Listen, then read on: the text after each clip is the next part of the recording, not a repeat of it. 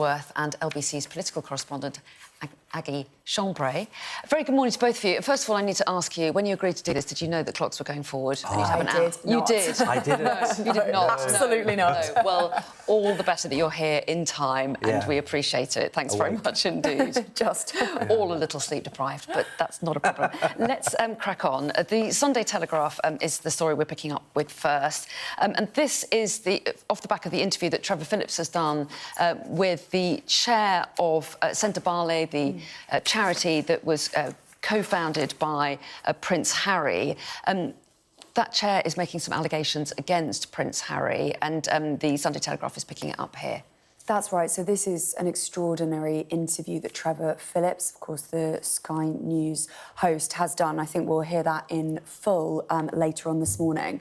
But essentially, this is a number of claims made by the chair of the charity, Sophie Chukunda. And she's made these allegations after Prince Harry quit the charity on Tuesday. And he said, of course, on Tuesday in a joint statement that he was standing down with a heavy heart, saying the relationship between the charity's trustees and the chair of the board broke down beyond repair. And this is where she comes in. So she has said, following those statements from him, that the reason she was doing that interview with Trevor Phillips is because Prince Harry, she says, authorised the release of a damaging piece of news to the outside world without informing me or my country directors or my executive director. And can you imagine what the attack has done for me, on me and the individuals in the organisation? That is an example of harassment and bullying at scale. So those are her words. And of course, we'll hear those in full later on Trevor Phillips' show. But a really big, striking intervention, especially for someone as big as Prince Harry. And we know, because he has worked with this charity for a long time, it's one that he set up, how much this has meant to him. So I think this is going to be really difficult. Of course, it's already difficult, that accusation out in the open about the way he's handled his resignation, but really difficult. On the chair there. That's right. And I should just say, just before we go on, sorry, Benjamin, to cut in there, that Sky News did contact the Duke and Duchess of Sussex, because she talks about the Sussex PR machine, about this interview. They've declined to offer any formal response. However, a source close to the former trustees of the charity have described these allegations as completely baseless. So what do you make of it, Benjamin, given that we've got two sides with a very different story? I mean, do you think that people, when it comes to Prince Harry, they've made their mind up one way or another? You're either kind of pro him or anti him, and this may not shift the dial at all. I suspect, the one thing that people respect Prince Harry for is his charity work and his long history of charity work in African countries like Lesotho. But, I mean, this kind of started to come to light about a year ago. If you remember the polo match when Prince Harry was victorious and the Duchess of Sussex, Meghan Sussex, as she's reminded us to call her, pulls Harry away. And the other woman there was the chair of the charity, the woman that's spoken to Sky News this morning. So there were signs of that awkwardness in public already. And then, she has said, the chair of the charity has spoken about how his brand and that sort of toxicity in some areas, the decline in popularity, has been a threat to the charity in its fundraising. And so, clearly these concerns have been bubbling away for quite a long time. I know that Prince Harry said in his original statement how much he regrets it, and it was unthinkable that he would have to pull away from the charity. Naturally, you have to remind yourself that it's the people the charity was helping that could be most, damaged by this, and you need to make sure that they get the help and the resource that they were able to get before. Yeah, and you imagine there's a long way to go on this story, because we've got a lot more information to discover, and also the Charity Commission is actually looking at Centre Barley now amidst this big row. So we'll no doubt be talking about this again in another week. In the meantime, though, let's turn to the Sun on Sunday, shall we? And they claim an exclusive, although we've noticed it's also on the front of the Sunday Times, as is the way with these things. This is about a Labour MP claiming expenses for her dog. Yes. So this Labour MP is a whip in the government, so it's her job to get MPs, Labour MPs, to vote for the benefit cuts, the welfare changes that were announced this week. And that is the backdrop to the story that this Labour MP had put in her expenses what she called, in her own words, pet rent, which was an additional £900 on the London property in order to have her cockapoo dog stay at the property, which was charged to the taxpayer. Now, you know, I'm kind of in two minds about this. First of all, there's no suggestion that, according to the rules for MPs' expenses, that this is a breach. The Labour Party has actually defended it in their comment to The Sun on Sunday. And, you know, the idea that you have to pay extra to a landlord to have a pet, actually many ordinary people will experience that, think it's quite unreasonable. Indeed, a lot of landlords don't let you pet, and that's a suggestion that the government is going to change and has been a policy for a while. So maybe they could have saved their own MP 900 quid. But the idea that you're doing that when you're taking away smaller amounts of money that mean a lot more to lots of ordinary people is a very poor look. Well, yes, I think that the Labour Party have said MPs are required to work in two locations. Obviously, they've got to represent their constituency, but they need to be able to work at Westminster as well. And this was on her Westminster flat. And because the landlord charged more, they basically say this was a requirement for living in that particular house, so they kind of feel that it's justified. But how do you... I mean, Benjamin was hinting at it there. How do you think it will play to the public when there's £900 at stake here and they're making changes to people's benefits? I think, in general, this government has a bit of a problem with the perception of wrongdoing. So we had it quite soon after they came into power, when you had story after story after story about freebies and Freebiegate. And actually, there was an argument. They have since said, you know, the Prime Minister, the Chancellor, Angela Rayner will no longer take some types of freebies. They won't take free clothes, for example. But actually, in that sense as well, there wasn't necessarily wrongdoing. And that didn't stop the flurry of stories, especially over at Labour Party conference, where there was, it seemed, the perception of kind of one rule for them, another rule for everyone else. And we've had it just this week as well, with the Chancellor going to see Sabrina Carpenter. She went with a member of her family. She said that they needed to be in a box for security reasons, and there wasn't monetary value for that box. And then you have stories like this. And yes, as you laid out, Benjamin, it's sort of, you know, it doesn't seem to be against the rules. The Labour Party have said it's not against the rules. You can make it work in your head, can't you? You think, you know, fair enough, it's really difficult. You've got a dog, you become an MP, you need to find somewhere close to Parliament, and that is the situation where you have to pay £900 of dog rent. And obviously she is within the amount of, like, rent that you are allowed to have. But then you also have, as you say, she is a government whip, and her job in the coming weeks, when there are votes coming up, will be to cajole her colleagues into essentially, and a lot of the time, not listening to their constituents who are really worried about the benefit and the welfare changes. And then there's the backdrop, as you say, to this £900 of pet rent. So I think it is difficult. It will be interesting. There's a new regime, there's a new communications regime in Downing Street. I wonder how much we'll hear about this after today, and whether the new regime will mean we don't hear a flurry of stories about more people paying pet rent. Yeah, that's interesting. And do you think that there's been a naivety, really, with new MPs not really being aware of how things will look on the outside? Exactly. I mean, this MP is 32 years old, they're new to Parliament, and so, you know, I think there may have been a naivety. I mean, I think it's slightly ridiculous that she listed it as pet rent. You know, if you had a bit of self-awareness, that would obviously not look great. I actually think it's understandable. There probably wasn't much choice in the matter. You know, if you have a dog, you can't leave it for 4 days a week. But most people, given the choices the government has made, will look at this and say, well, actually, you know, if that's some kind of luxury or some kind of a bonus, then you should pay for that yourself. Okay. It's interesting, though, because you talk to MPs quite a lot of the time, and they do have, a lot of them, and maybe it's just the older ones, have this challenge in their head that they do, this they sort of liaising with themselves that they do, which they call the Daily Mail test. And they basically say, would this pass the Daily Mail test? If this was found out, would this be on the front of the Daily Mail? And it's something that MPs tend to ask themselves quite a lot. And I wonder whether, you know, these new MPs aren't doing that as much, aren't used to doing that, and actually will start to do that a bit more, especially after stories like this. They now have to do this on Sunday test. Yes, exactly. Sunday Times. That's what they've... Or the Sunday Times. Times. Indeed. Take us on to the Sunday Express next. The Sunday Express and the Express during the week as well have focused a lot on this assisted dying bill, haven't they?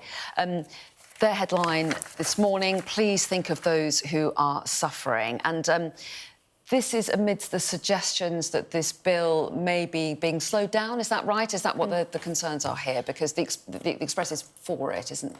Exactly. The Daily Express is for this. So there's basically been this 2-month-long committee after the assisted dying bill went through its second reading in the Commons. So it was voted through with quite a big majority actually in the Commons, and then they went to this committee that basically had lots of people who were for the change in the law and lots of people who were anti the change in the law.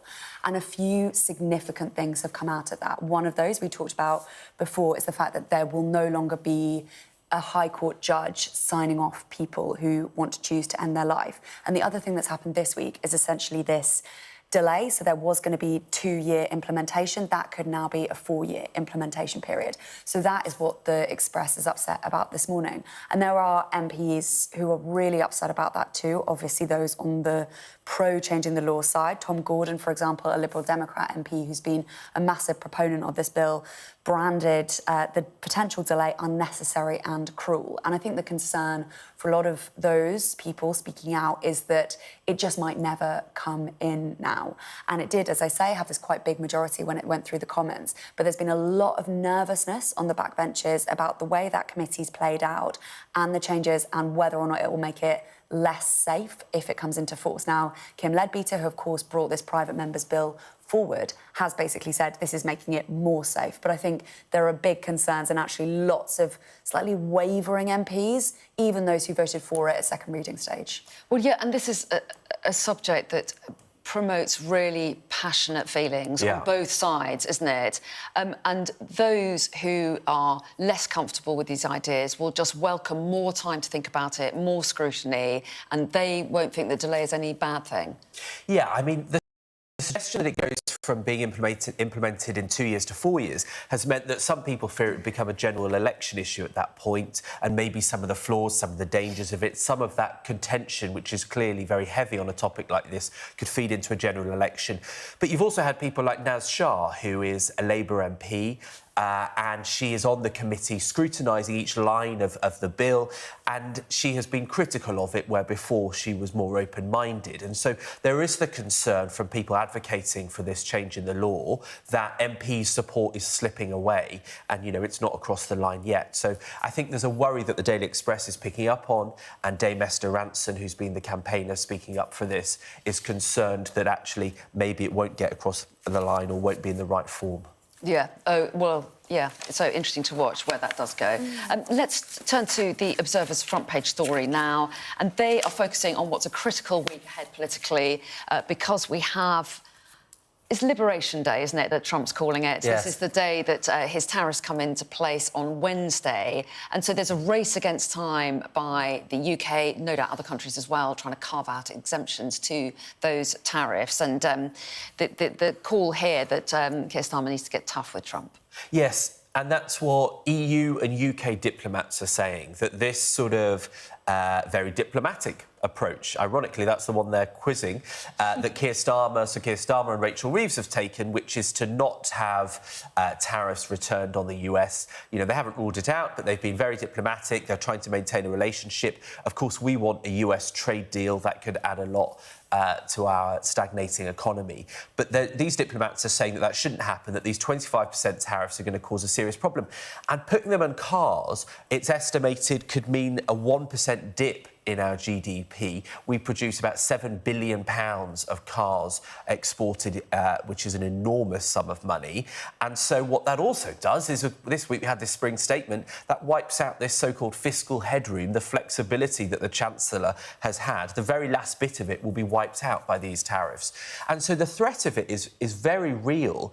And also it kind of raises into question, we talked about all those benefit changes and cuts and the political challenges of it and how it might hurt some people that rely on them. Well, actually, all the benefits of that money saved could be completely wiped out in the Chancellor's books by these tariffs affecting our economy. And you get a real sense that there's frantic work behind the scenes, desperate to kind of stitch up some kind of deal by Wednesday, but there's very little time. And in the meantime, there is this question of what you do. There are various countries have said, well, we'll just retaliate and if you put tariffs on us, we'll up ours as well. So it's a tricky one for Keir Starmer to play, isn't it? It's incredibly difficult. And at the moment, the UK, Keir Starmer and his team seem to not want to go down the path of really even threatening retaliatory tariffs. I think the concern is that just could hit GDP even more than wiping out Rachel Reeves' £9.9 billion worth of headroom. So I think that is the real worry.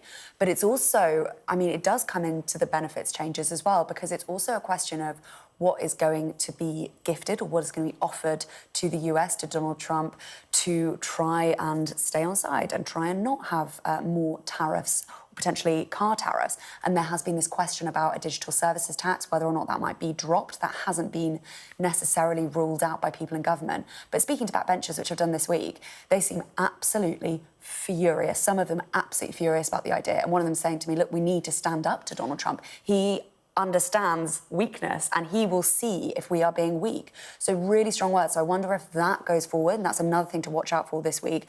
That could go down like potentially a bucket of cold soup. Well, absolutely, because it's, you know, the digital services tax basically means that those big tech bros, as we call them, will get off without having to pay taxes, whereas, as you say, it doesn't look good compared to benefit cuts. Yeah, and I think that could raise something like £1 billion a year in tax revenue, if I remember rightly, which, when you look at the fact that it's estimated the benefit changes would save around £3 billion a year, the idea that you're taking that money from people that have very little and then alleviating somebody like Elon Musk with a lot, politically, at the very least, if not financially, that isn't a good look. And so I think, you know, it's understandable that Labour MPs will be angry at that. But then, you know, you put this in the bigger context of a 25% tariff on £7 billion of cars is a real nightmare for the economy. And, you know, lots of lower paid people work in those factories. So, you know, that red wall could really be affected by this kind of change. I was just going to say, I think it's the same thing as that thing we were talking about at the beginning about the perception of how things work. And if you're able to make the argument, which I think is a coherent argument of basically saying we need to drop the digital services tax because that would mean X and that would mean Y, and we are then going to save money as a country, you can get to that point in your head and you can make that argument. But I don't think they will be able to make that argument because that's basically negotiating in the open. They won't want to do that with Donald Trump. They won't want to basically say that because it's to do with Elon Musk as well, who, of course, is in Donald Trump's administration. And I think until May. Yeah. I think he said he's stepping back in May, right? So maybe these things will get easier when he leaves that Doge post. He says he will have... I didn't realise that. I hadn't heard that. Yeah, I think he said he will have reached his target of knocking $1 trillion off by May, and then he intends to step back. We're out of time. But you'll both be back in the next hour, so plenty more to talk about then. Thanks for the moment.